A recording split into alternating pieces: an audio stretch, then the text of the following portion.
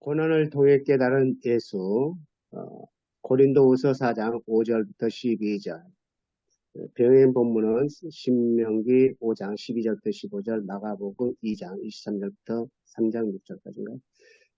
우리는 우리를 전파하는 것이 아니라 오직 그리스도 예수의 주 되신 것과 또 예수를 위하여 우리가 너희의 종된 것을 전파함이라.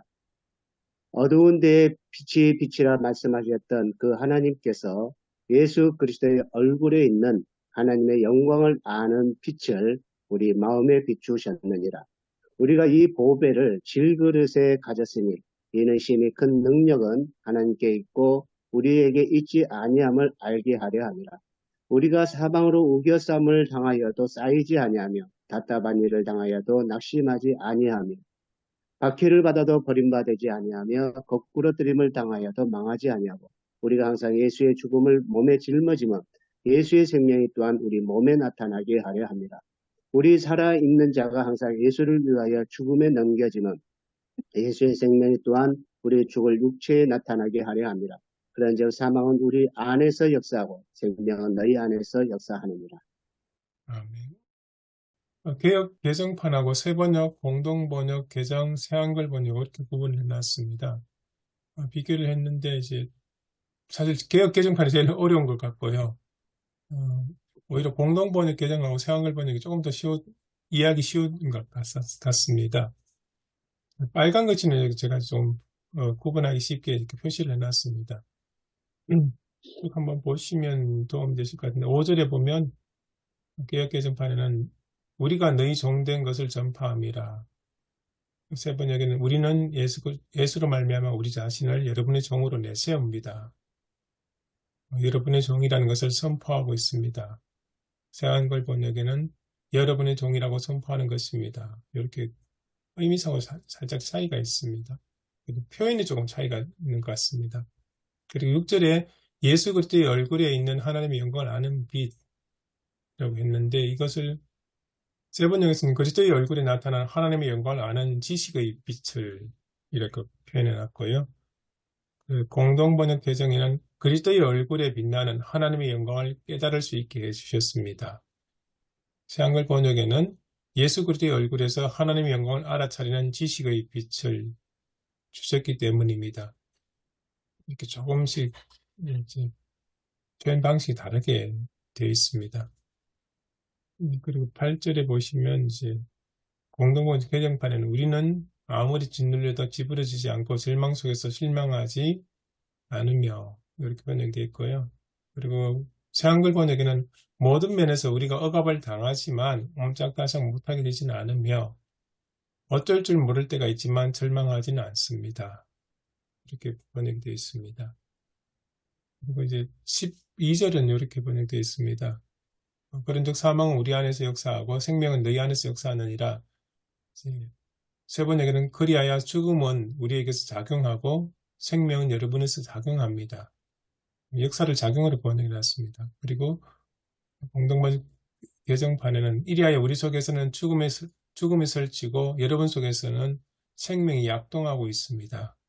새한글 번역판에는 그리하여 죽음은 우리 가운데서 활발하게 일하고 생명이 여러분 가운데서 활발하게 일하고 있습니다. 이렇게 되어 있습니다. 보시는 것처럼 제목은 고난을 통해 깨달은 예수입니다. 먼저 설교 착상으로서 본문 읽기에서 우리 주석을 맡아주신 왕인승 교수님께서 고린도후서 전반에 대한 이야기를 해주셨습니다. 고린도후서는 바울의 가장 개인적인 서신 중에 하나이고 거기서 바울의 사도직과 바울이 전한 복음에 대한 변증을 중심으로 전개된다고 이야기하고 있습니다. 그리고 이제 그런 의미에서 오늘날 이 본문이 우리가 어떻게 이해하면 좋을까? 우리에게 적용을 하면 그리스도를 따르며 그분의 종이자 사역자가 된다는 것이 무엇을 의미하는지 그리고 인간적으로 비난과 공격을 당할 때에 무엇을 기억해야 하며 어떻게 대처해야 하는지 알려주는 책이다. 이렇게 설명을 해주셨습니다. 두 번째, 역사적, 문학적으로 본문 읽기, 본문의 구조 분석. 이 부분도 역시 전체적으로 오늘 본문에 대한 배경이 되는 고린도후서에 나타난 유대계 그리스도교 선교사들과 바울의 갈등에 대해서 전반적으로 설명을 해주셨습니다. 첫 번째, 유대계 그리스도교 선교사들의 고린도 교회에 방문해서 그로 인해서 문제가 생기게 되는데, 바울과 이들 사이에 큰 차이점이 있어서 이런 문제가 생겼다고 설명합니다.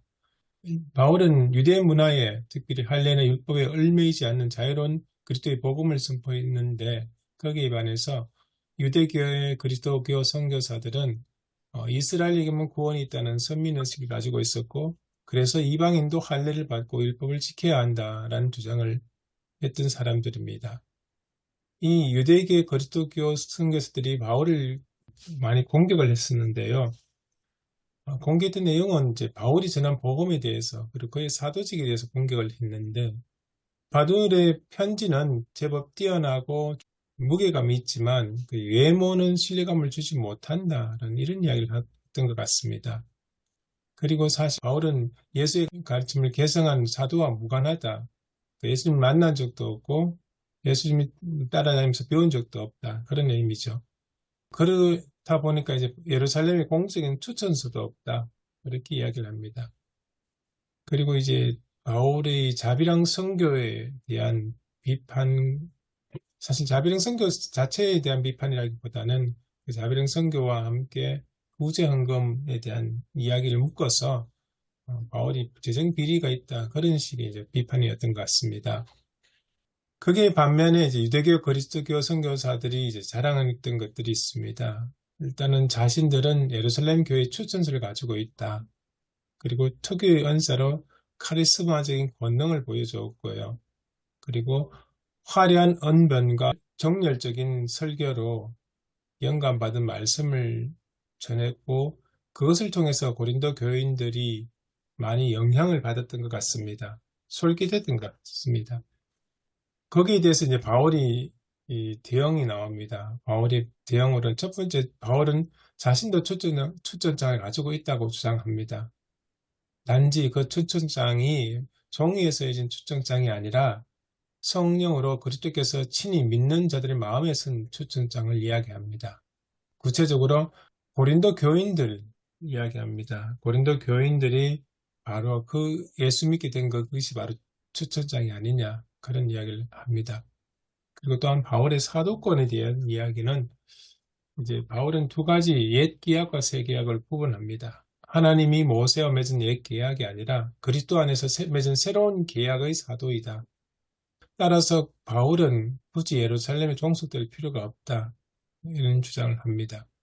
그리고 바울의 재정 비리에 대한 고발 문제에 대해서 바울은 교회에 부담을 주어서 복음을 전하는 데 장애가 되지 않도록 자비랑 사역으로 감당을 했고, 그리고 바울 스스로도 이제 후원받을 권리는 있으나 오히려 그리스도의 낮아짐을 본받아서 육체 노동을 하면서 자비랑으로 선교비를 마련했다, 그런 이야기를 합니다. 그리고 참 사도의 표징에 대해서 이야기를 하는데요. 바울은 자신의 약함을 통해서 그리스도의 고난에 참여하고 그리스도의 강함이 온전히 드러나게 된 것을 참 사도의 표징이라고 주장합니다. 그래서 바울은 유대계 선교사들이 비판했던 그 자신의 약점을 오히려 당당하게 드러냅니다. 험난한 고통 길을 걸으면서 선교를 했었고, 바울 자신에게 가지고 있는 육체의 가시 이야기나 다메섹에서 야반 도주했던 이야기를 하면서 오히려 그 약함을 통해서 오히려 하나님의 능력이 강함을 나타내게 되었다, 그런 주장을 합니다. 그러면서 이제 고린도후서 12장 9절에 10절에 대한 바울의 그 고백이 나오죠. 나에게 이르시기를 내 은혜가 내게 족하도다. 이는 내 능력이 약한 데서 온전하여짐이라 하신지라. 그러므로 도리어 크게 기뻐함으로 나의 약한 것들에 대하여 자랑하리니 이는 그리스도의 능력이 내게 머물게 하려 함이라. 그러므로 내가 그리스도를 위하여 약한 것들과 능력과 궁핍과 박해와 권고를 기뻐하노니 이는 내가 약한 그때의 강함이라. 이런 과정을 통해서 이제 디도를 통해서 눈물의 편지를 전하고, 그리고 바울의 입장을 전하면서 이제 바울과 고린도 교인들이 화해하는 그런 일이 일어나게 됩니다. 세 번째 신학적 명상적 본문 읽기, 주석과 해석. 여기에서 이제 왕 교수님이 이제 본문에 대해서 구체적으로 해석을 하십니다. 일단 바울의 억울한 상황에 대한 대처 이야기를 하면서요. 일단 바울은 낙심하지 않았다라고 합니다. 복음의 능력은 선포하는 사람이 아니라 하나님 자신에게 나오기 때문에 자신의 약함 때문에 또 자신의 억울한 상황 때문에 낙심하지 않았다. 반면에 유대계 그리스도교 선교사들의 문제점은 자신들이 주의 종이라는 인식을 잊어버렸다는 것입니다.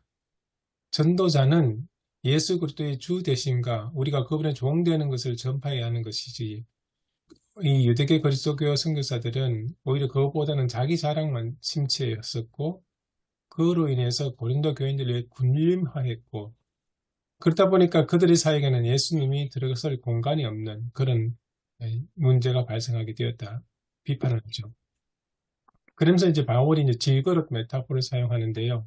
보배가 담긴 질그릇. 보배는 담긴 그릇에 상관없이 그 자체로 가치가 있고 귀합니다.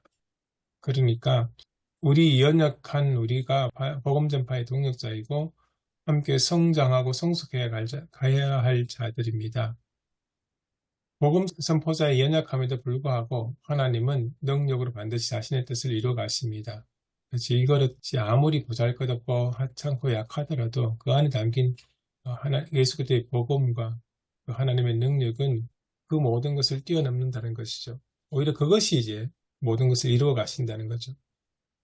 네 번째, 위기 심판적 회개적 본문을 읽기 위해서 이제 설교 구성을 위한 제언입니다. 첫 번째는 깨어지기 쉬운 질그릇임에도 하나님과 그의 복음을 담고 있다는 사실입니다. 바울이 여러 가지 약점도 있고 비판받는 점도 있지만 중요한 것은 그 안에 담긴 하나님과 그의 복음이라는 것이죠. 그리고 실패와 죽음이 우리의 끝이 아니다.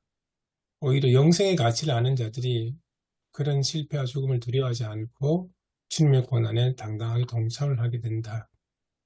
세 번째는 예수를 위해 고난과 죽음의 자리로 나갈 때 우리의 죽을 육체에 예수의 생명이 나타나게 된다. 네 번째는 자기 자랑뿐만 아니라 사실 낙심도 불신앙이다. 예수를 기대하며 그분 안에서 고난과 생명도 담당하는 신앙인의 자세가 필요하다. 이렇게 이제 설교 구성의 제언을 하셨습니다.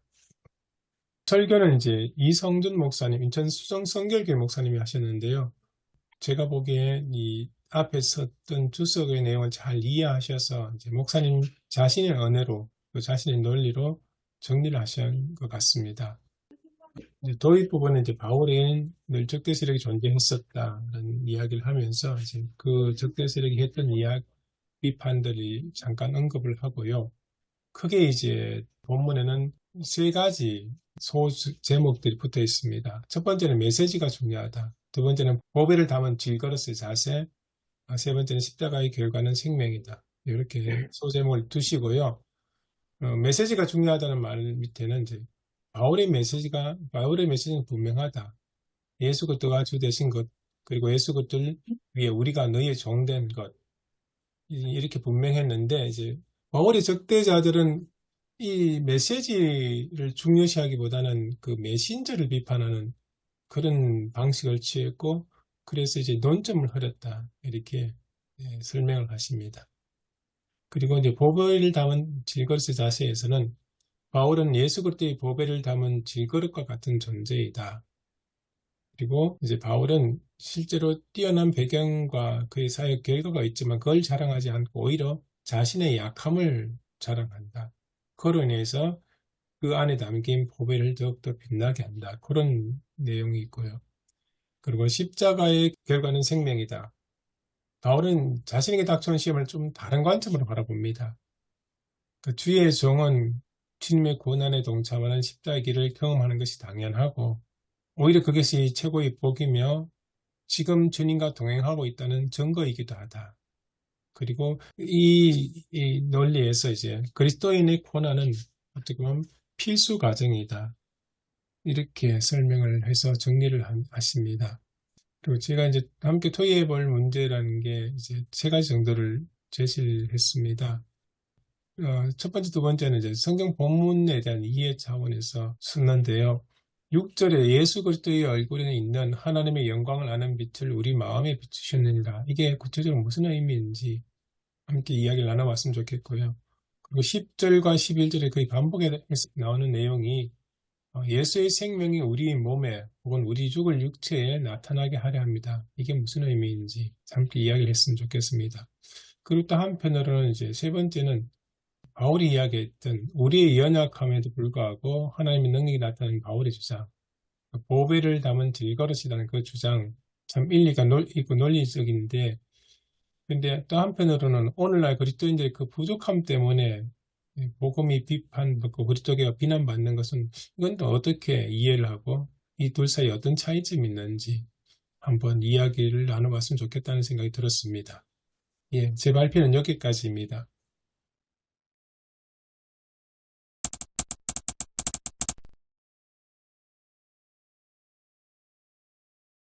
제 생각에는 오늘 본문의 중간부터 뒷부분에 보면 좀 문학적인 표현이라고 할까요?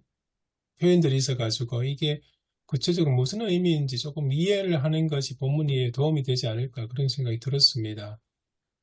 대표적인 게 이제 6절에 보시면 어두운데 빛이 빛이라 말씀하셨던 그 하나님께서 예수 그리스도의 얼굴에 있는 하나님의 영광을 아는 빛을 우리 마음에 비추셨느니라. 이게 무슨 의미인지 함께 이야기를 나눠서 의미를 좀 명확하게 이해할 수 있으면 좋겠다는 생각이 들었습니다. 저는 본문 그대로 이해했습니다. 하나님의 어두운 데 빛을 비추신다. 이제 그 말씀을 그대로 보면 우리 마음이 어두움에 처해 있어서 우리 스스로가 어떤 빛을 낼 수도 없고 또 우리가 그 빛을 알아챌 수도 없는데 하나님이 어두움에 처해 있는 우리 마음에 빛을 비추셨다. 그리고 그 빛이 구체적으로 예수 그리스도의 얼굴에서 하나님의 영광을 알아차리는 빛을 인식한다. 지식으로 알아차린다. 이제 그 말은 좀 철학적 표현이 될 수 있는데 우리가 이제 책상을 볼 때에 우리 마음에 책상이라는 이미지가 있어야 책상을 봤을 때 저건 책상이다 하는 것과 같은 원리 아니겠는가 하는 그런 생각이 들었습니다. 우리 마음에 하나님이 빛을 비춰 주셔서 어떤 빛이 있기 때문에 예수 그리스도의 얼굴에 있는 하나님의 영광의 빛을 인식할 수 있는 상호작용을 할 수 있지 않겠는가. 저는 그렇게 이해했습니다. 저는 이제 그 교수님 생각에 동감을 하고요. 그렇게 이해를 합니다. 그런데 이제 이 말씀을 누구에 대한 이야기냐부터 좀 더 명확하게 하고 들어가야 되지 않는가 그런 생각이 좀 저는 들거든요. 제목은 고난을 통해 깨달은 예수라고 하셨잖아요. 어떻게 보면 예수에 대한 초점을 맞추고 이야기한 것 같은데 이제 비추셨느니라 라고 했을 때 누가 비추게 했느냐는 거죠. 그랬을 때 지금 성령 강림 주일인데 오늘 말씀의 가장 큰 우산은 저는 성령으로 이해를 하고 시작해야 되지 않는가 그런 생각이 듭니다. 그래서 어떻게 보게 되면은 고난을 통해 깨달은 예수라고 하는 것은 어떤 소주제, 소제목 정도가 되지 않을까 좀 그런 생각이 들고 오히려 더 큰 주제는 성령께서 인도하심에 대해서 그런 것이 아닌가 저는 그런 생각을 좀 가져봅니다. 그래서 성령에 대한 설교를 성령으로서 이해할 수밖에 없는 것 그것으로 이제 성령님께서 우리를 어떻게 우리의 삶의 방식들을 인도해 주고 있는가 이제 그것을 이제 큰 우산을 놓고 말씀을 좀 생각하시면 오히려 더 이 말씀에 대한 역동성이 우리들에게 좀 더 일어나지 않을까 좀 그런 생각을 좀 해보고요. 그래서 이제 그 본문 구성 내용의 그 설명에 있어서는 저는 이제 교수님의 말씀에 전적으로 동감을 하고 그렇게 이해해야 된다고 생각을 합니다. 하지만 이제 이렇게 하시는 일을 누가 하시냐라고 했을 때 성령님께서 하시는데 성령님께서 이렇게 우리를 하시는 것 같다 이렇게 말씀하시면 좀 이루각적으로 보면 어떨까 저는 좀 그렇게 좀 생각을 좀 해봤습니다. 맞습니다. 성령이라는 표현은 없지만은 성령께서 예, 하시는 일. 저는 이제 고민이 됐던 게 뭐냐면 사실 그 6절의 말씀에 그 주어는 하나님이시거든요. 하나님께서 우리에게 주셨다, 우리에게 비추셨다, 지식의 빛을 비추셨다, 그렇게 되는 것 같습니다. 근데 저는 이제 고민이 되는 게 그리스도의 얼굴에 나타난 하나님의 영광이라는 이 표현이 이게 뭘 의미하는 걸까? 그게 조금 고민이 되었습니다. 하필이면 그리스도의 얼굴일까?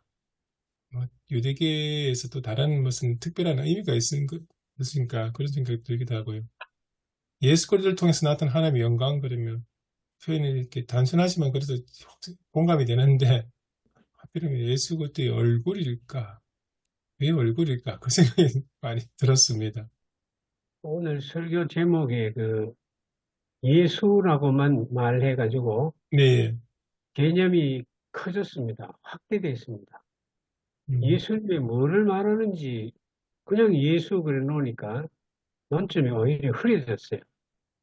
제 생각에는 고난을 통하여 얻는 예수의 생명, 예, 생명이라는 말이 3번 나왔습니다. 예수 네, 생명. 그 대치되는 게 우리 고난을 뭘 의미하냐? 그냥 고난이 아니고 죽음을 의미하거든요. 예, 죽음과 생명이 대치되어서 그렇게 뚜렷하게 드러나는데 설교의 제목을 굳이 나는 잡는다면 고난을 통해 얻는 예수의 생명 그리고 우리 얼굴에 그 예수의 얼굴에 나타난 그 빛이 하나님의 영광이 뭐냐? 구원의 영광이죠. 구원. 죽을 사람이 구원 얻는 거죠. 빛 대신 예수님이 우리에게 오신 것도 생명을 주시기 위해 오셨잖아요. 그렇게 해서 그 개념이 명확하게 드러나지 않아서 자꾸 헷갈리게 되는데 그 개념을 그렇게 확인하면 의외로 메시지가 분명하게 드러날 것 같습니다. 예, 맞습니다. 본문의 가장 중심 단어 키워드는 저도 생명이라고 이해했습니다. 예, 생명. 10절, 특히 10절 말씀에서. 네. 저도 그렇게 생각했습니다. 예수 생명. 제가 지금, 틴데일 신약 주석 그 고린도후서 부분에 보면서 그 부분에 6절 말씀의 부분은 그 빛을 비추심, 조명, 일루미네이션, 로 이해되고 이 조명은 그리스도의 얼굴을 보는 것이 곧 하나님을 보는 것이고 이것이 그리스도의 본성이라는 것을 계시하는 것이다. 이렇게 설명하고 있습니다. 예, 참조하면 되겠습니다.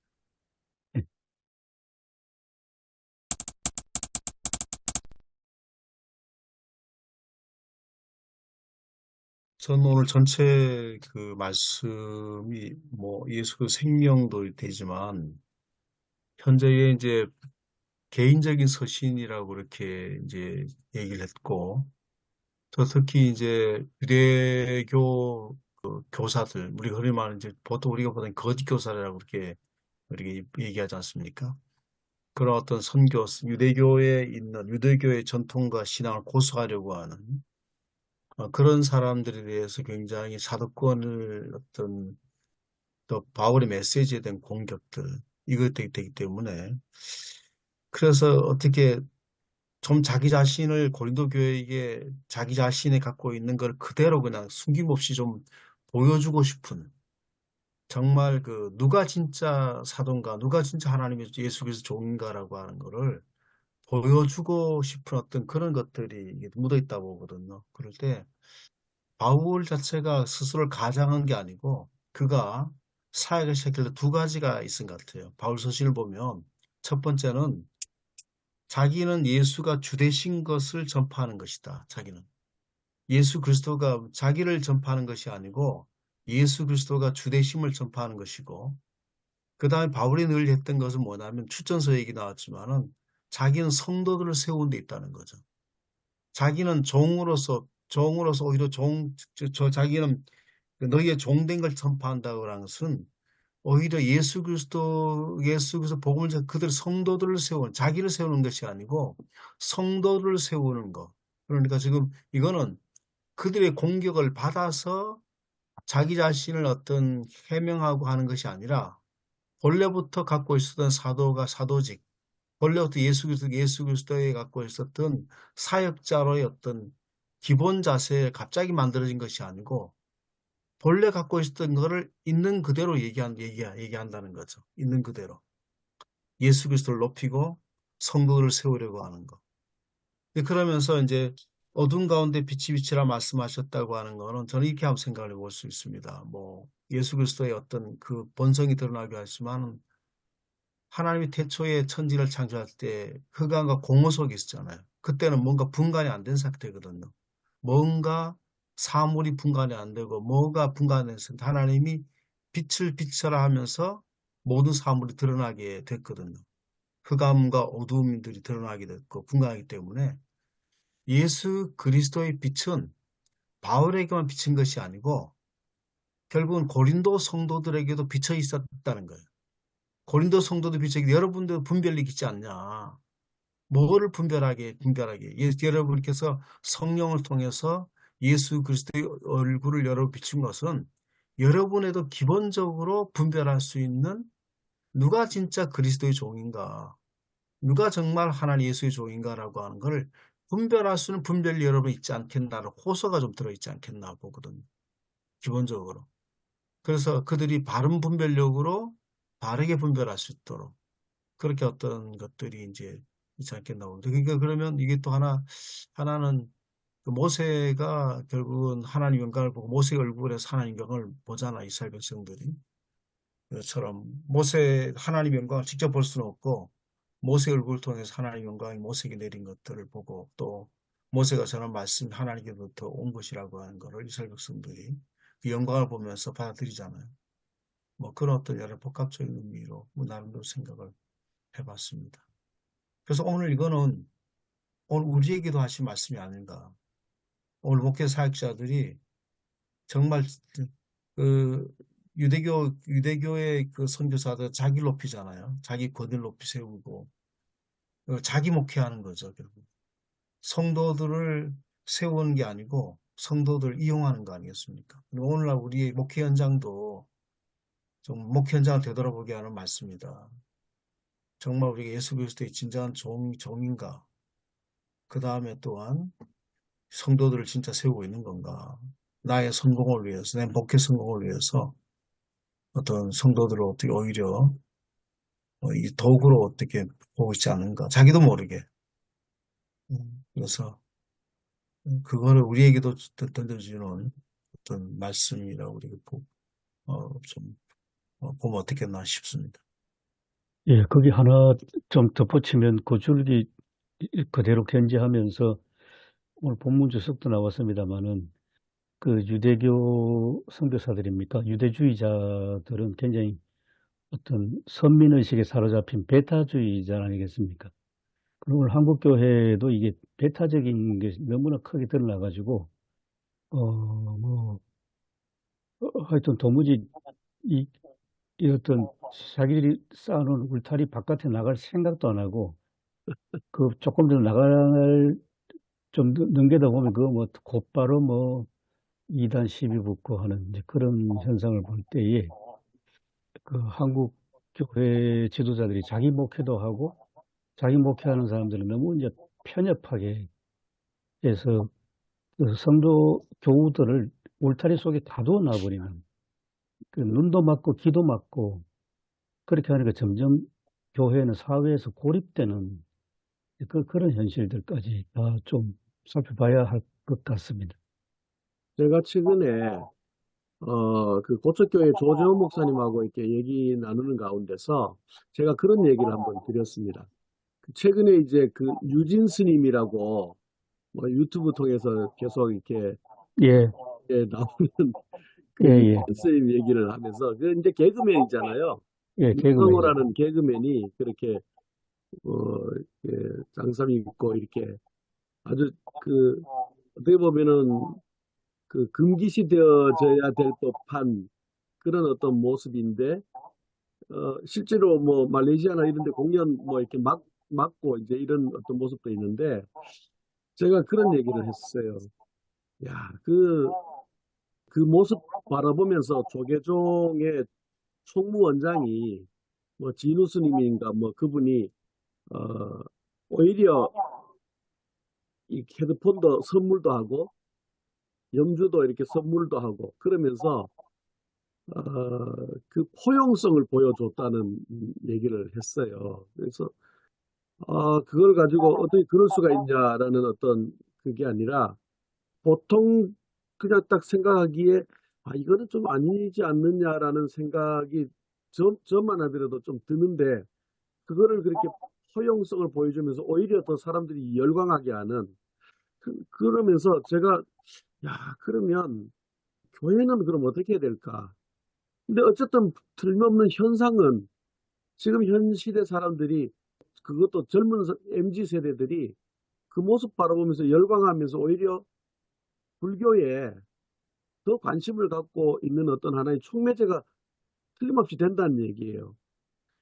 누가 댓글 그렇게 달았더라고요. 승려 1만 명 동원해가지고 한번 포교해봐라. 유진 스님 그 공연 한번 하는데 열광하는 그 파급력과 지금 비교할 수가 있겠는가. 그러면서 제가 이제 그런 얘기를 한번 했었어요. 우리는 뭐가 있을까? 근데 우리는 기본적으로 그 배타성이 있단 말이죠.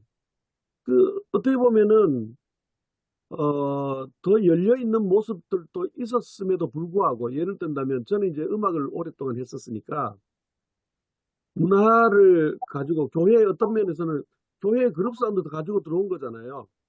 찬양밴드를 가지고 들어온 건 사실, 그룹 사운드 데리고 온 거나 마찬가지잖아요. 그래서 제가, 우리 천 목사님도 아시지만, 저는 성례교회 맨 첫 번째 찬양밴드 도입했다가 욕 되게 먹었던 사람이거든요. 근데 그때만 하더라도 통기타 하나 들고 다리 떨고 이렇게 다리 흔들면서 찬양해도 난리가 나는 그런 시대가 있었는데, 그런데 그렇게 수십 년을 앞당겨서 우리 교회는 했었는데도 불구하고 지금 현재의 오히려 그 주도권을 엉뚱한 이런 어떤 개그맨한테조차도 이렇게 추월당하는 이런 어떤 모습들이 좀 안타까운 생각이 들고, 그럼 우리는 어떻게 우리가 문화를 잡아야 될까?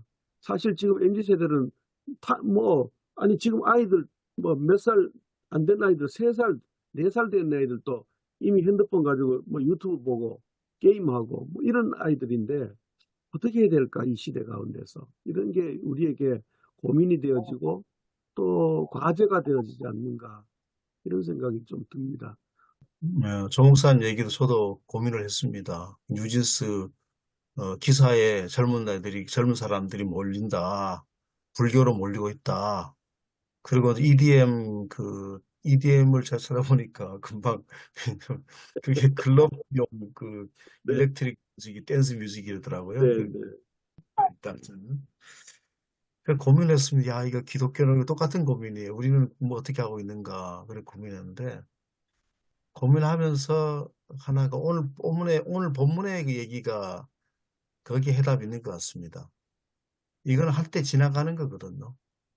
저 볼 때는 이 문화는 한 옷에 불과한데 문화라고 하는 것은 언제든지 옷은 새로 갈아입을 수 있거든요. 한때 아이들 딸이고 싱가포르라든지 말레이시아는 거부하고 그렇게 했다는 뉴스 있고 그런데 이제 오늘 본문에 유대교 선교사들이 얼마나 현란하게 그 당시 갖고 있었던 웅변술, 그 당시에 갖고 있는 모든 것들을 동원해가지고 얼마나 그 사람들 각광을 받았잖아요. 그러니까 넘어갔단 말이에요, 사람들이. 그러니까 바울은 굉장히 구닥다리 같고 실제는 바울이 구닥다리 아니고 바울이 진짜 최첨단인데 바울은 오히려 구닥다리 같고 그러므로 말미암아 사람들이 그 각광받고 그 마음이 쏠리고 그랬거든요. 그러면 우리는 기독교의 본연의 그것들을 오히려 찾아야 된다, 이때에. 똑같이 그런 걸 하려고 그런 것보다도 본연이 뭔가 오늘 말씀처럼 진짜 예수 그리스도의 종은 예수의 종된 게 뭔가 종인가 또 우리가 진짜 어떤 사역이 뭔가 교회는 자기를 세우는 것이 아니라 아까 그 바울이 성도들을 세우는 거잖아요. 그러니까 추천장은 성도 열매처럼 서로가 서로를 세워주려고 하는 것들이 진짜 기독교의 본래 가치를 회복하는 것이 이게 오래가는 것이지 잠시 동안 이렇게 하는 건 오래가지 않는다. 그렇게 이제 생각을 하면서 마음이 좀 편안해졌어요. 아니, 제가 말씀드리고자 하는 거는 물론 본질은 변질되면 안 됩니다. 복음의 변질은 분명히 안 되죠. 복음의 변질은 있을 수가 없는 것이고, 근데 중요한 것은 문화를 우리가 민감하게는 받아들여야 됩니다. 그때그때 시대마다 갈아입어야 될 옷이죠. 진짜 지적하신 말씀대로. 그런데 그거를 그때그때 갈아입을 줄 아는 민감성이 있어야 된다는 거죠. 시대와 상황 앞에서. 그 시대와 상황 앞에서 우리가 소위 말해서 변법 자강이 있어야 된다는 거예요. 근데 그거를 우리가 우리는 본질 지키고 진리를 수호해야 되고 이런 것으로 우리가 그냥 자족하면서 그냥 그렇게 포위당하는, 그리고 오히려 이게 복음이 전파되지 못하고 오히려 고립당하고 그냥 우리들만의 리그가 되어지고 이렇게 되어지는 거는 우리가 한번 생각해 봐야 되지 않을까라는 그런 이제 말씀입니다. 얼마든지 우리가 여러 가지 많이 이야기한 것 중에 하나가 이제 그런 쪽으로 좀 말씀드리고 싶은 것은 그 사도행전 보면 초대교회 때도 아람어를 하는 토백이 신앙인들이 있었고 헬란말을 하는 디아스포라 그 유대인들도 같이 신앙생활을 하다가 결국은 이 경계를 넘어가지고 이제 나간 게 이제 선교가 되고 그리스로 가고 로마까지 가는 헬라 문화권 속에 확 들어갔지 않습니까? 네. 이게 편협적이 아니고. 그러니까 이제 유대 전통이 뭐 할례라든지 이런 것들 이제 안 해도 된다고 그렇게 확 그거 굉장히 중요한 것 같고. 우리나라 선교 역사도 보면 영어를 하는 선교사들이 만약에 자기들이 영어를 가지고 선교하면 훨씬 더 나을 텐데 우리나라 와가지고 애써 한글을 배우고 한글 성경 번역하고 그 우리 문화 속에 확 들어왔지 않습니까? 그 경상도만 해도 이 유교 문화권 속에 우리 유교가 배타적일 것 같은데 오히려 어떤 그 기독교 복음이 이 경상북도 지역의 전통 문화의 옷을 입고 초창기부터 굉장히 확산된 걸 보면 시대마다 천 목사님 말씀처럼 문화는 옷처럼 항상 새롭게 가는데 옷을 갈아입어야 되는데 복음의 어떤 본질적인 것은 그대로 잘 지키면서 근데 지금은 이 한국 개신교는 제가 보기에는 옷을 영원한 것으로 보지 않는가. 옛날 옷이죠. 낡은 옷. 70년대, 80년대 교회 성장이라는 옷을 아직도 벗기 싫어하고 안 벗으려고 하고 그게 영원하다고 보고 계속 그렇게 가버리면 이제 젊은 사람들에게는 전혀 어필이 다가오지 않는 그런 이제 기독교의 모습. 그게 안타깝지 않는가 하는 생각이 들었어요.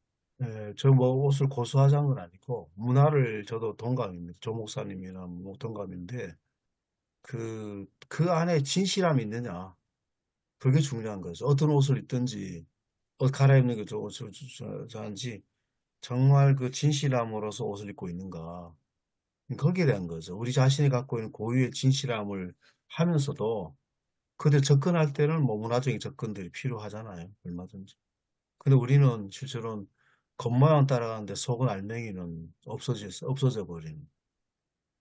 결국은 그런 어떤 것들이 지금 그런 현상들이 초래되어 있지 않습니까? 그 이제 하나의 예들은 지금 우리가 음악들이 아까처럼 그 당시에는 그런 음악들이 있는데 지금 현재에 우리가 교회마다 다 밴드가 있고 다 그러잖아. 그래서 교회 음악들이 굉장히 빠르고 그래서 마치 이것들은 미국 사회에서 찬양하는 거 이런 것 되는데 또 반성이 뭐냐면 그런 어떤 굉장히 열광적인 것 굉장히 좋고 막 그냥 뭔가 되는데 지금 그 반성은 뭐냐면 왜 사람들이 템플 스테이 가고 왜 수도원 쪽으로 가는 이유가 뭐냐. 요즘에 젊은 사람들이.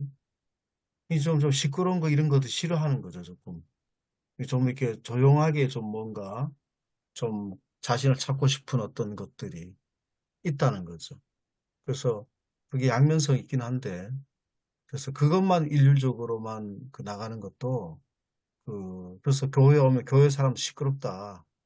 교회 사람들은 뭐 교회 오면 우리는 그 열광적이고 막 은혜가 넘치고 막 이렇다 생각되는데 처음 온 사람들이 이제 봤었을 때는 젊은 사람은 모르겠습니다. 봤었을 때는 교회가 좀 시끄럽고 조금 뜨내기 같고 또 시장터 같고 좀 가볍고 좀 이렇게 느껴지거든요.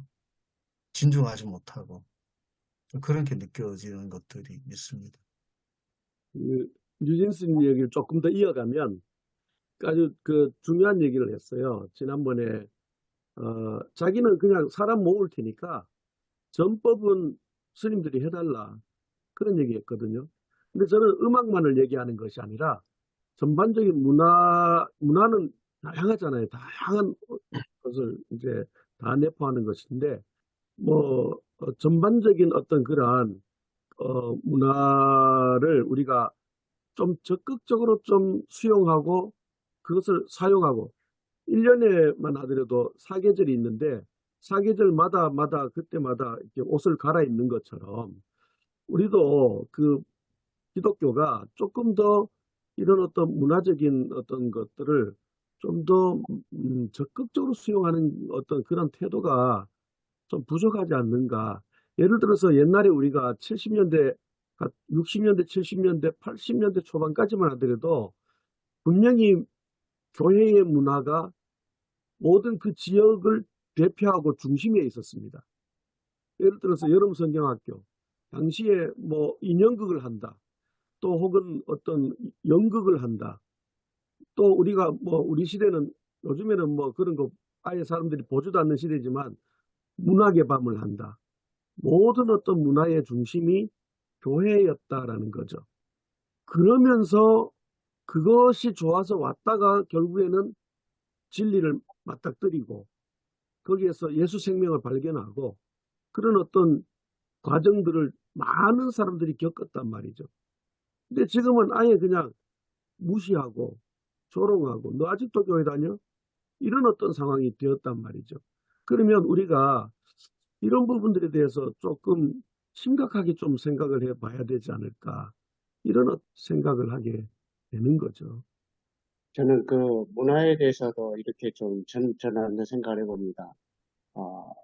그 그리스도와 문화, 리차드 니버가 이야기했던 것처럼, 우리 교회는 문화의 변혁자로서의 역할을 해야 된다 생각합니다. 문화를 따라가고 또 민감하고 같이 병행해야 되겠지만, 중요한 것은 문화를 어떻게 변혁시킬 거냐. 그런데 더 중요한 것이 또 있다고 생각합니다. 변혁의 힘을 어디서 가져올 거냐.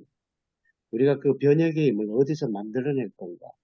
그것이 바로 이제 우리 목회자라든지 또 교회 지도자들이 고민해서 거기에서 이제 그 문화를 이렇게 변혁시켜 갈 수 있는 그러한 이제 교회 역할로 가면 좋지 않을까. 이제 그런 관점에서 좀 생각을 해봅니다.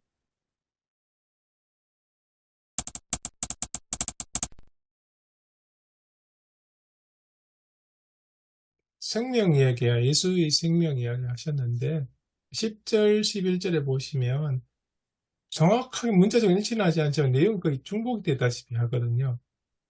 예수의 죽음을 몸에 짊어진 예수의 생명이 또한 우리 몸에 나타나게 하렵니다. 11절에도 항상 예수를 위하여 죽음에 넘겨지면 예수의 생명이 또한 우리 죽을 육체에 나타나게 합니다. 이렇게 되어 있거든요. 그래서 이 의미를 조금 더 밝히면 바울의 입장이나 바울의 선교 태도라는 것들을 좀 더 이해할 수 있지 않을까 그런 생각이 들었습니다. 저 얘기는 좀 분명합니다. 10절 예수의 죽음을 몸에 짊어진다는 것은 예수가 지신 십자가를 우리가 지면 그러면 예수의 부활 생명이 역시 우리 몸에 나타날 것이다. 그 가장 우리 복음의 핵심인 십자가와 부활. 그리고 11절도 우리 살아있는 자가 예수를 위하여 죽음에 넘겨지면 우리가 예수를 위해서 십자가의 죽음에 넘겨지면 그러면 부활하신 예수의 생명이 우리 죽을 육체에 그 부활 생명이 우리 몸에도 임하고 또 우리를 통해서 그 생명 복음이 전파되리라. 저는 아주 단순하게 그걸 이해했습니다. 십자가와 부활. 교수님의 입장에 공감을 하면서 이렇게 이해를 할 수 있을는지 모르겠습니다. 예수의 생명이 우리에게 나타나기 위해서는 우리가 예수의 죽음도 같이 감당을 해야 된다. 고난을 같이 감당할 각오를 해야 된다. 그런 이해를 할 수 있을까요? 예, 중세교회가 십자가 없는 영광만 자꾸 이야기했지 않습니까? 그러다가 이제 종교개혁 루터 같은 경우는 십자가를 엄청 강조했지 않습니까? 설교할 때만. 저는 뭐 이렇게 이해를 했습니다. 고린도후서 전체의 어떤 첫 번째 교수님 그것처럼 그 자기의 사도에 관한 거, 사역에 관한 것에 대한 그 어떤 얘기인데 자기 자신의 어떤 위한 것이 아니고 결국은 기본적인 사역자, 사도로서 해야 될 기본적인 어떤 얘기, 사역의 기본적인 뭔가를 얘기해 평소에 갖고 있었던 얘기를 했는데 이 하나하나 자체가 예수 그리스도의 종 됐다고 하는 것은 그리스도를 완전히 드러나게 하는 거죠. 자기는 아무것도 아니라는 거죠. 그렇게 수고하고 그렇게 애쓰고 누구보다도 더 고난을 많이 받았음에도 불구하고 자기 모든 이것들은 자기 영광을 위한 것이 아니고 예수 그리스도를 드러내기 위한 것이다. 그걸 계속해서 강조하고 있는 것 같습니다. 그래서 심지어 자기를 질그릇처럼 표현하잖아요. 자기 질그릇. 자기 질그릇은 아무것도 보잘것 없는 거지 않습니까? 그러니까 질그릇을 표현하면서 예수 그리스도를 드러내려고 하는 것, 주대심과 드러내려고 하는 것이고 또 이 모든 걸 드러내야 하신 이유가 뭔가? 그것은 바로 성도들을 정말 주님 앞에 세우기 위한 것이다. 자기를 세우는 것이 아니라 성도들을 주님 앞에 세우는 게 마지막에 보면 그걸 위해서 사망은 우리 몸에 역사하지만 생명은 여러 번 역사하지 않나. 우리는 고난과 은혜를 받고 있지만은 비난도 받고 또 사도가 흔들림을 당하기도 하지만은 결국은 여러분을 정말 세우는 것이다. 그러면 판단해봐라. 누가 예수의 종인가? 누가 진정한 사역자인가? 라고 하는 거를 굳이 뭐 자기가 얘기하려고 하는 건 아닌데 그 본연의 것들 얘기를 하고 있다고 보거든요. 그렇기 때문에 그렇게 하더라도 결국은 자기는 진짜 유대교의 선교사들은 겉모양을 굉장히 화려하게 막 그냥 꾸미고 막 그러자지만 그 안에 예수가 없다는 거죠. 예수의 생명이 없다는 거죠. 그러나 자기는 질그릇처럼 하고 우겨싸움을 당하고 그래도 내 안에는 예수 생명이 있다. 진정한 사역자는 겉모양과 외모가 중요한 것이 아니라 예수 그리스도의 생명이 예수 그리스도가 있느냐 없느냐 이게 중요하다고 하는 거를 좀 강조하고 싶어 한 것 같고요.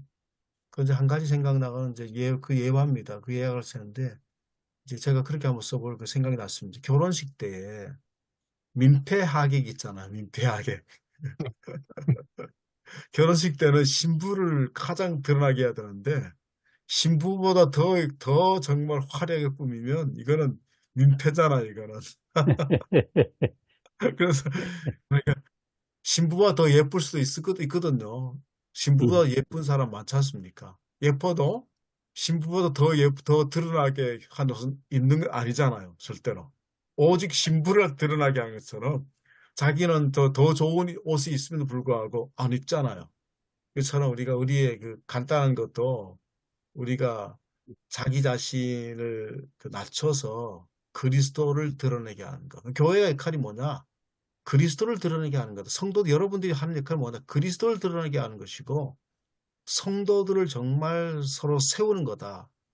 뭐, 저 교회의 직분과 권력을 이용해가지고, 뭐를 과시하고, 드러내고, 우월함을 드러내고, 이런 게 들은 것이 아니라, 진짜 성도가 뭔가, 사역자가 뭔가, 성도가 어떤 사람인가, 그리스도인이 어떤 사람인가, 본질적인 문제를 좀 다루고 있다고 보거든요.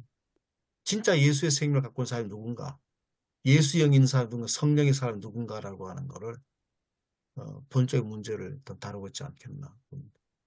나중에 진심을 결국은 알았잖아요. 눈물의 편지의 그 일부분인데 눈물로 호소하고 진짜 자기 진심을 그대로 그냥 까내 보이는 거죠. 까 보이는 거죠. 그대로 있는 그대를 숨기지 않고 그대로 내 보이는데 나중에는 그 교인들이 바울의 그걸 알았고 누가 진짜 예수 그리스도 종인가, 누가 우리를 위한 사역자인가라고 하는 걸 나중에 깨닫게 된 거죠.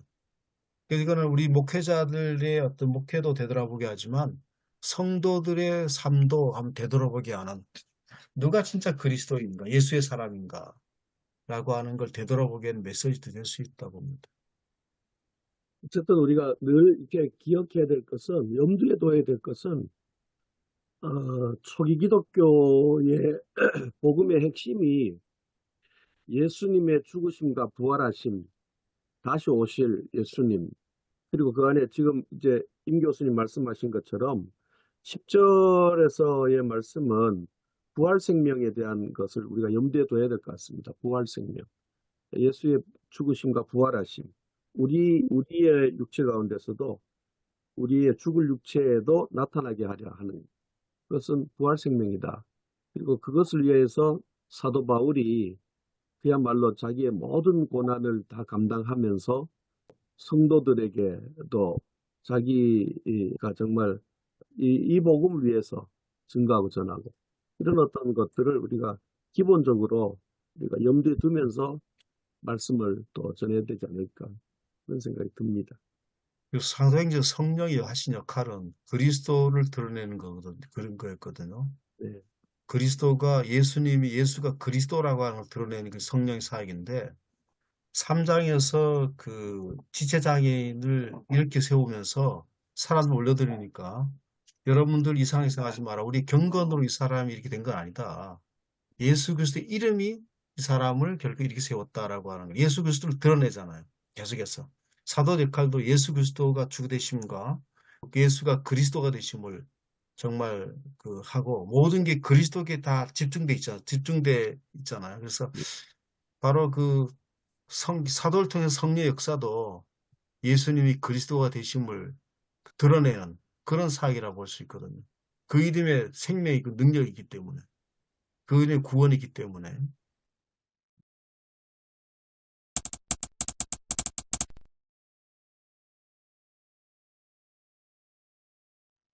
저는 우리 목사님들 토요일을 들으면서 설교 주제 방향이랄까요? 설교 방향을 고난을 통해 역사하는 예수의 생명에 대해서 한번 말씀을 이렇게 준비할까 합니다. 원래 주제가 고난을 통해 깨달은 예수, 우리 강성희 목사님이 고난을 통해 얻는 예수의 생명, 거기에 굉장히 참 공감을 느끼면서 우리가 토요일에서 11절, 12절에 보니까 그 말씀이 나오잖아요. 그죠? 10절에 보니까 예수의 죽음과 또 몸의 짊어짐은, 그 다음에 우리 교수님 언급한 대로 우리 몸에 나타나게 하려 하심. 이것들이 그리고 11절, 12절 끝에 가면은 그 사망은 우리 안에 역사하고, 그 다음에 생명은 너희 안에 역사한다. 이걸 보면서 바울이 고린도 교회 성도들과의 어떤 그 믿음의 동질성을 공유하고자 하는 것이 아니겠는가. 결국 이것은 성령께서 역사하셔야 되고, 그렇다면은 고난을 통해 역사하시는 예수의 생명, 이 말씀을 가지고 한번 설교를 좀 준비할까 생각 중입니다.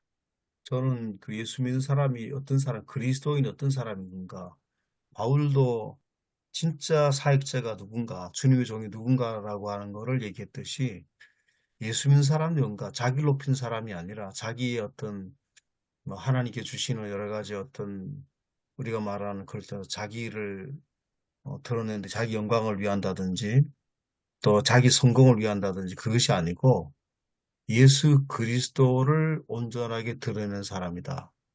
이게 진짜 그리스도인이고, 진짜 예수의 생명이 그 속에 있는 사람은 자연스럽게, 또 성령 역사한 사람은 예수 그리스도를 드러내는 삶을 우리가 살 수밖에 없다.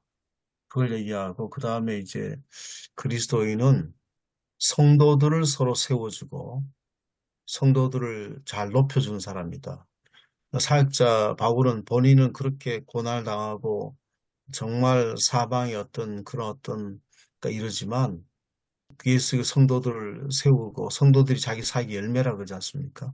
그것처럼 우리 성도들을 서로 세워주는 것, 이것들이 이제 우리가 진짜 그리스도인이다 라고 하는 두 가지를 생각하면서 말씀을 한번 전해볼까 합니다.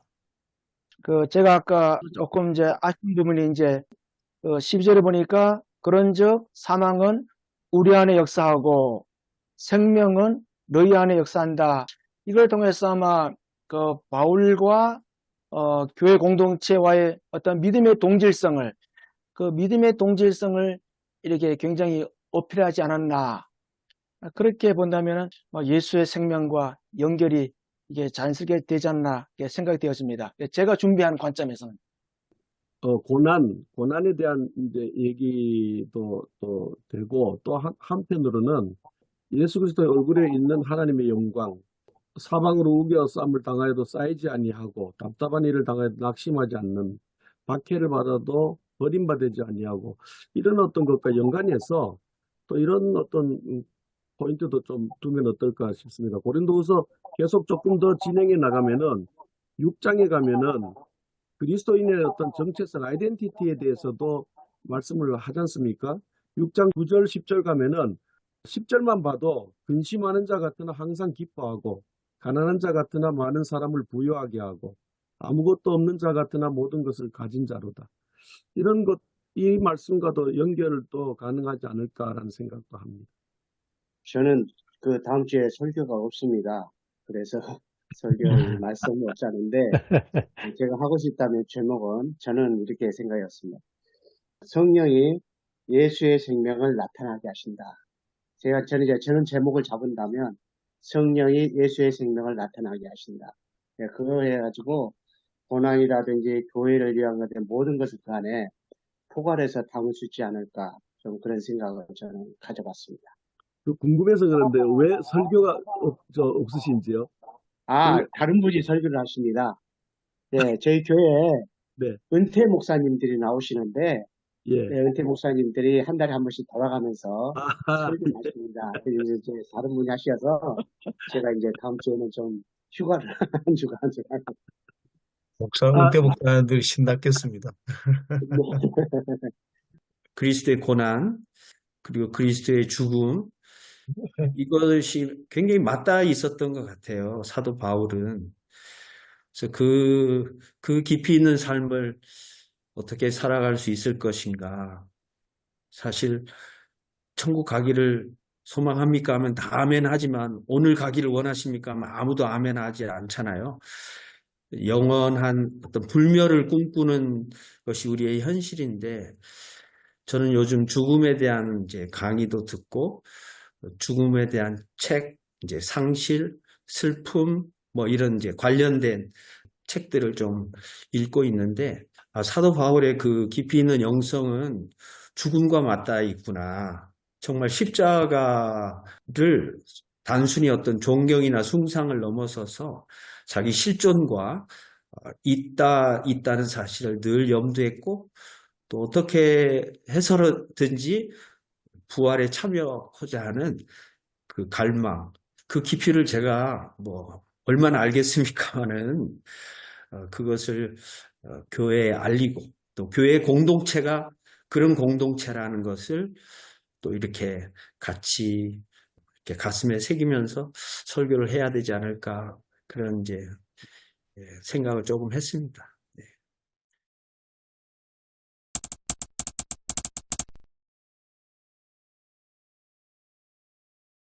사랑과 은혜가 많으신 아버지 하나님, 참 감사합니다. 이 귀한 아침 하나님의 말씀을 함께 목사님들과 나누고 대화하며 서로 생각을 교류했습니다.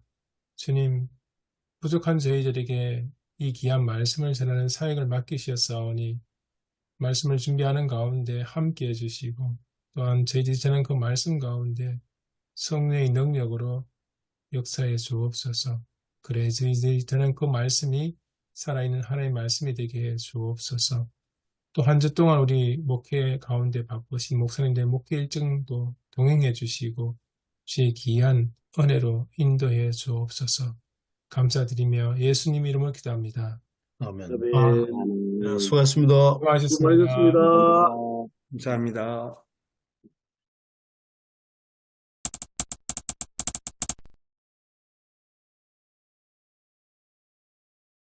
저는 어저께 삼위일체 주에 대해서는 언급을 좀 하지 않았고요. 먼저 우리 제목을 평이하게 그런 말씀대로 성령을 따라 사는 삶에 대해서 말씀을 드렸습니다. 그리고 바울이 언급한 빚진 자에 대해서 이제 언급을 하면서 빚은 반드시 그 갚아야 될 책무가 있다. 그 빚에는 그래서 최근에 논란이 된 가수 김호중 씨에 대해서 이제 간단하게 언급하면서 우리가 자신이 그 모든 책임, 의무, 우리 기독교인도 하나님의 사랑을 받은 자로서 책임과 의무가 있다. 우리는 그것을 피할 수 없다. 왜냐하면은 우리는 하나님을 아버지라 볼 수 있는 귀한 특권을 부여받았고 또 양자의 영을 부여받았기 때문에 거기에 걸맞는 삶을 살아가야 된다. 그러기 위해서는 두 가지 관점으로 말씀을 드렸습니다. 먼저는 계속적인 지속적인 성화의 삶을 살아나가야 된다. 오늘 이제 뭐 구원파에 대해서 언급을 했습니다. 구원파는 한번 이렇게 예수 믿으면 뭐 죄를 해결할 필요 없다. 우리의 삶은 끊임없이 우리는 연약한 감을 갖고 살기 때문에 항상 죄와 더불어 살아갈 수밖에 없다. 그래서 매일매일 끊임없이 회개하며 예수 그리스도의 인품까지 나가야 된다. 그러기 위해서는 매일매일 경건 훈련, 그리고 우리가 말씀을 가까이 해야 된다. 우리가 기도와 말씀 이 두 가지를 붙잡지 않고서는 내 의지로 갈 수 없다. 이렇게 이제 말씀을 드리고, 그 다음에는 성령을 따라 살아가는 삶은 진리의 말씀으로 고난을 이해하며 받아들이며 헤쳐나가야 된다. 이렇게 말씀을 드렸는데, 참 이 고난은 우리 한국교회가 참 싫어하고, 한국교회는 축복, 성공, 이러한 물질주의적 그 성공 이런 말은 좋아하지만서도 고난, 핍박, 어려움, 고통은 싫어하는 것이 한국교회고, 우리 그리스도인의 삶도 그런 것들이 너무나 있다. 그런데 그리스도인은 내 의사와 관계없이 늘 고난은 우리 삶 속에 가까이 와 있고, 많은 그리스도인이 여기 대해서 넘어지고 심지어는 이것 때문에 하나님을 떠나는 그러한 믿음을 많이 본다. 우리의 신앙 역시 매일매일 진리의 말씀을 가지고 내 삶을 조명해서 끝까지 하나님의 인도함 받아서 우리가 그리스도의 인격을 닮아가고, 또 이웃과 또 우리 같은 그리스도 안의 공동체에서 서로 보듬어주는, 그래서 함께 연합하면서 가는 그러한 그리스도의 삶, 성령 하나님을 따라가는 그런 삶을 삽시다. 이렇게 말씀을 전했습니다. 네, 저는 성령을 따라 살면 죽지 않고 산다라는 제목으로 정했고, 요즘 농촌 지역이니까 이제 모심기를 거의 뭐 많이 하고 합니다. 그래서 그 로마서 7장과 8장이 7장이 이제 모심기 전이라면은 8장이 모시고 난 이후에 변화된 어떤 모습들 시각적으로 이렇게 느껴질 수 있도록 그렇게 이제 시작하면서 말씀은 본문대로 쭉 풀어나갔고요. 그 다음에 이제 그 적용할 두 가지를 제가 적용했습니다. 첫째는 성령 인도를 끊임없이 받아야 된다고 하는 거. 왜냐하면 논 관리를 계속 해줘야 되거든요. 특히 물 관리를 제대로 해줘야 되기 때문에 구절에 이런 것이 필요하다라고 하는 얘기였고, 그 다음에 이제 유 목사님도 이제 그 트롯 가수 그 김호중에 관해서 얘기를 했는데, 실명은 안 밝히고 거기에 대해서 얘기를 했습니다. 최근 이슈니까 본인이 잘 통제와 절제하지 못해서 일어난 일이다라고 하는 것들. 한때 우상이었잖아요. 뭐 또 파파로티라고 하는 영화로도 제작돼서도 뭐 그 영화 보고 그냥 깊은 감동을 받았는데, 모든 사람의 기대를 완전 무너뜨리는 그런 어떤 충격적인 일이었습니다. 그래서 동물적인 본성이라든지 본능을 따라서 안 된다라고 하는 거, 성령이 떠나가신다고 하는 거. 그다음 두 번째는 성령의 도우심으로 우리가 고난이라든지 수고라든지 이 짐도 잘 감당해야 된다. 요즘에는 이제 편하게 예수 믿으려고 하는 사람들이 많지 않습니까? 부담 안 지려고 하는 거, 교회 활동에 잘 참석하지 않고, 예배는 참석하는데 교회 활동은 참석하지 않으려고 하는 것들이 좀 많이 있기 때문에 꼭 신앙생활 뜨내기처럼 손님처럼 한다. 그러면 우리가 논밭에서 농사 짓는 사람이 뜨내기나 손님처럼 이렇게 농사 지으면 농사 망하게 되잖아요. 그런 얘기를 좀 심각하게 좀 얘기를 했었고요. 그 다음에 이제 교회에 여러 가지 요즘에 통독이나 뭐 완창이라든지 이런 것들 하는 분이 있어서 좀 격려도 해주고 잘나고 있다 그렇게 얘기를 하면서 성경을 따라 살아야 한다라고 하는 결론으로 그렇게 마무리를 했습니다. 혹시 교인들 반응이 어땠는지 그 궁금합니다. 교인들 반응이 뭐 전 그런 얘기를 좀 못 쳤지만 반응이 좋았어요. 왜냐하면 현실적으로 본인들의 생활에서 나온 이야기를 좀 이렇게 끌어내었으니까 특히 이제 뭐 농사 짓는 얘기 그리고 또한 뭐 요즘에 일어났던 어떤 모심기 얘기 뭐 논 얘기니까 잘 받아들이잖아요. 예, 예. 쉽게 잘 듣고 이제 그러면서 한 번은 뭐 굉장히 좋았다고 얘기를 하시는 분들이 계십니다. 물론 뭐 그분은 신앙이 깊지는 않는데 특히 이제 유산 얘기를 좀 했습니다. 고난에 대해서 예를 들어 가지고 그 10억 가치가 있는 유산이 있는데 뭐 그냥 그 가정이죠. 빚이 일정이 1억 있다. 그런 교인도 물었어요. 그렇다면 상속 받아야 되겠습니까? 안 받아야 되겠습니까? 다 상속 받아야 된대요. 그 당연하지 않냐? 우리가 하나님께 받을 그 영광은 엄청난 영광인데 우리가 이 땅에서 부담해야 될 거는 실제로는 작은 것밖에 아닙니다. 그러니까 그에게 딱 들어온 것 같아요. 음, 교회 생활에 부담스럽고 이렇지 않습니까? 예, 예. 그 얘기가 제가 반응 볼 때 그 얘기가 자기에 딱 들어온 것 같더라. 그래서 교회가 부담스러운 게 아니다, 결코. 저 말씀 좀 한번 드리겠습니다. 저는 성령이 나를 하나님의 자녀라 증거한다. 이 주제를 가지고 설교를 했습니다. 이 설교를 좀 새로운 시각에서 또 어떤 새로운 영감을 좀 얻고 싶어가지고 저는 이제 설교를 준비하기 전에 칼 바르트의 그 로마서 강의 제2파 그 부분을 좀 여러 번 열심히 좀 읽으면서 좀 도전 좀 받았습니다. 그래서 이 설교를 어떻게 하면 좀 더 역설적인 설교로 좀 꾸며가 볼 수 있을까 이렇게 좀 생각을 했고요. 그래서 이제 설교의 시작은 이제 빚진 자에 대한 이야기였습니다. 왜 우리가 인생을 걸 수밖에 없는 그런 빚을 우리가 어떻게 이해할 수 있겠는가. 그래서 로마서 7장에 나온 것처럼 그 공고한 사람, 우리 인간은 비참한 인간이었다. 절망할 수밖에 없는 비참한 인간인데 중요한 것은 이제 우리가 스스로 이것을 깨달을 수 없다는 거죠.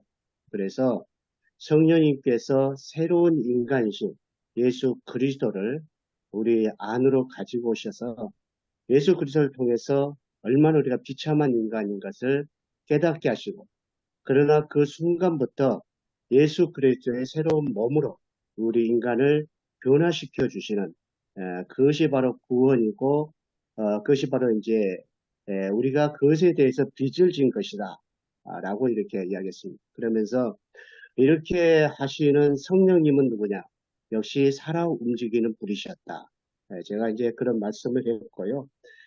살아 움직이시는 불은 성령님은 우리를 예수 그리스도 갖게 하실 뿐만 아니라 하나님의 자녀가 되게 하셨다. 그런데 이제 보다 보니까 루터는 이 하나님의 자녀라는 글자를 황금 글씨로 써야 된다. 그렇게 이야기를 했다고 이야기합니다. 그래서 이게 우리에게는 얼마나 중요한 것인가라고 하는 것을 더 알 수가 있고요.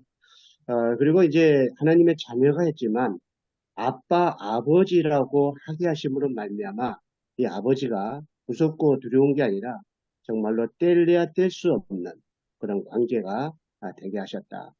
그리고 이제 하나님의 자녀가 되게 하는 확신을 갖게 하기 위해서 성령님께서 우리에게 양자의 영을 주셨다. 성령님께서도 직접 우리에게 증거도 하시지만 우리에게 양자로 믿고 확신하며 살 수 있도록 영을 주셨다. 그래서 이제 서로가 확증하고 또 확신할 수 있도록 우리를 증거해 주셨고 그러나 이제 하나님의 자녀가 자녀로만 끝나는 것이 아니라 자녀가 살 수 있는 영토, 땅이 있어야 되지 않습니까? 그래서 이제 그 뒤부터 에서 이제 새 하늘과 새 땅에 대한 이야기, 새로운 피조물 이야기, 그 이야기를 하시고 있는 것을 이제 연결된 것을 볼 수가 있고, 그러나 하나님의 자녀는 이 세상을 살아가는 데 있어서 고난을 벗어날 수가 없죠. 그렇지만 성령님께서 우리를 도와주셔가지고 하나님의 자녀는 이제 로마서 8장 마지막으로 가서 궁극적으로 승리할 수밖에 없는 자녀로, 백성으로 인도해 주신다. 저는 이제 이런 내용과 관점을 가지고 이제 설교를 준비를 해서 말씀을 전했습니다. 네. 아무튼 이제 칼바르트의 그 역설적인 그런 그 설명들을 좀 더 영감을 얻어서 이 말씀을 좀 구성해 보려고 굉장히 많이 좀 고민 좀 하고 힘들게 준비해서 좀 전했습니다. 로마서 2판 쉽지 않는데요. 너무 어렵습니다. 예, 어렵지만 읽으면 읽을수록 뭔가 영감을 주는 것 같아요. 예. 아니, 문 목사님, 제가 설교 이제 읽고 있는데, 뭐, 우리끼리도 설교 뭐, 평가는 아니고요. 그냥 그 느끼는 뭐냐면, 이제 얘기 나눌 때는 굉장히 우리가 실학적인 어떤 그런 것들이 많이 들어있는 것 같은데, 설교는 상당히 아주 쉽게 그 모든 내용을 잘 담으신 것 같아요. 문체도 감사합니다. 그렇고. 네. 그러니까 상당히 어떤 좀 우리가 딱딱하고 참 그럴 것 같은데, 대화할 네. 때는. 근데 그 네. 설교 내용 보면 안 그러니까 제가 첫 번째 설교 듣고 적잖게 좀 놀랐었습니다. 감사합니다. 이제 저는 이제 하고 싶은 게 뭐냐면, 많은 신학적인 고민을 어떻게 설교로 이야기할 수 있겠는가. 이제 성도들이 이해할 수 있게. 그래서 이제 많이 또 벌써 힘들게 준비를 하죠. 감사합니다. 그렇게 말씀해 주셔서.